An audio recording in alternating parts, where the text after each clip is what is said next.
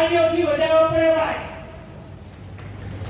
આપણે એમનું સન્માન કરવું પડે, આપણે એમને યાદ કરવા પડે.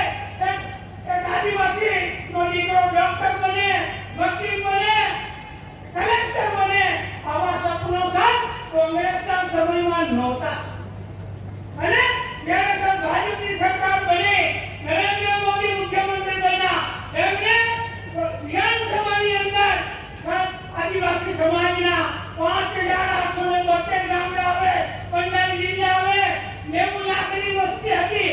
અત્યારે તો 1 કરોડ ઉપર આપણે છટકી ગયા છે. આટલી બધી વસ્તીની અંદર એને શિક્ષણ આપવું પડે, એને રોજગારી આપવી પડે, એને પાણી આપવું પડે, એને ખેતીની જમીન આપવી પડે, એને વનનો અધિકાર આપવો પડે. આ બધું સાહેબ માન્ય આપણા હાલના વડાપ્રધાન નરેન્દ્ર મોદી સાહેબે વિધાનસભામાં 2006માં કલમ 44 સાહેબ એક બિલ લાવ્યા. અને ત્યારે આપણને ખબર પડી કે સાહેબ પેલા 15,000 કરોડ રૂપિયા ફાળે અને સાહેબ 10 વર્ષની અંદર 1 લાખ કરોડ રૂપિયા વપરાના. આદિજાતિ એને પાણી આપ્યું, એને રસ્તો આપ્યો, એને સ્કૂલ આપી, આટલા બધા 10 ફૂટના કાર્યક્રમ, એને સિંચાઈનું પાણી મળે, એને સિંચાઈની સુવિધા મળે.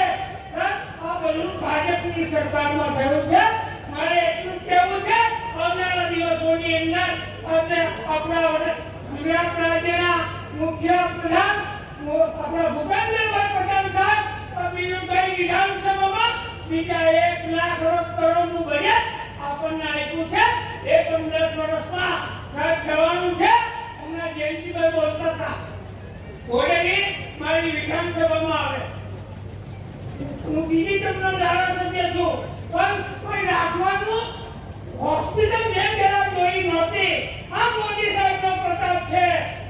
આપણા સમયમાં ડોક્ટરો બને, વકીલો બને, શિક્ષકો બને, પીએસઆઈ બને, કલેક્ટર બનવાના પણ હવે આપણા આદિવાસીઓ નજીકમાં છે. મેડિકલની અંદર પેલા નીચે મોટી ભરાતી અમે બેસીએ ત્યારે કોઈ આદિવાસી ડોક્ટર જ ન બને. પણ મોદી સાહેબની સૂઝબૂછને કારણે આજે આપણી મેડિકલની જગ્યાઓ ખૂબ ભરાણી ગઈ છે. અને સમૃદ્ધ હોસ્ટેલ હોય, આદિવાસી હોસ્ટેલ હોય, એક જગ્યા મોડેલ સારા હોય, દીકરીઓ બને છે, છોકરાઓ કરતા દીકરીઓ આજે આગળ છે. મને આનંદ એટલા માટે છે કે આ ભાજપની સરકારમાં આટલું બધું થયું છે મારા ભાઈ. તો આપણે બધા અને જે કંઈ લોકો અત્યારે ખોટું ગુમાન કરી રહ્યા છે, શિક્ષણ નથી મળતું, એ વાત તમે દેશના લોકો જાણો અને વાત કરો કે આપણી છાત્રાલય હોય, આશ્રમ શાળા હોય, હોસ્ટેલો, સમૃદ્ધ હોસ્ટેલો આજે ઉભરાઈ છે. સર એનું કારણ છે મોદી સાહેબ અને આ વનબંધુ કલ્યાણ યોજના એ લાવ્યા. એને બીજા વિસ્તાર સારો ખુલ્લો છે. આવનારા દિવસોની અંદર આદિવાસી સમાજ ખૂબ આગળ આવે એવી આજે સરકાર પણ કાર્ય કરી છે. ભૂપેન્દ્રભાઈ પટેલની સરકાર પણ મહેનત કરી રહી છે. ત્યારે આપણે બધા ખૂબ આગળ વધીએ, આ સમાજનું નામ આગળ વધારીએ એવા શબ્દો સાથે મારી વાતને વિરામ આપું છું. ભારત માતા કી જય. છોટાઉદેપુર સહિત રાજ્ય, દેશ અને દુનિયાના સમાચાર જોવા માટે સબસ્ક્રાઈબ કરો તીર સમાચાર અને બેલ આઇકોન જરૂર દબાવો.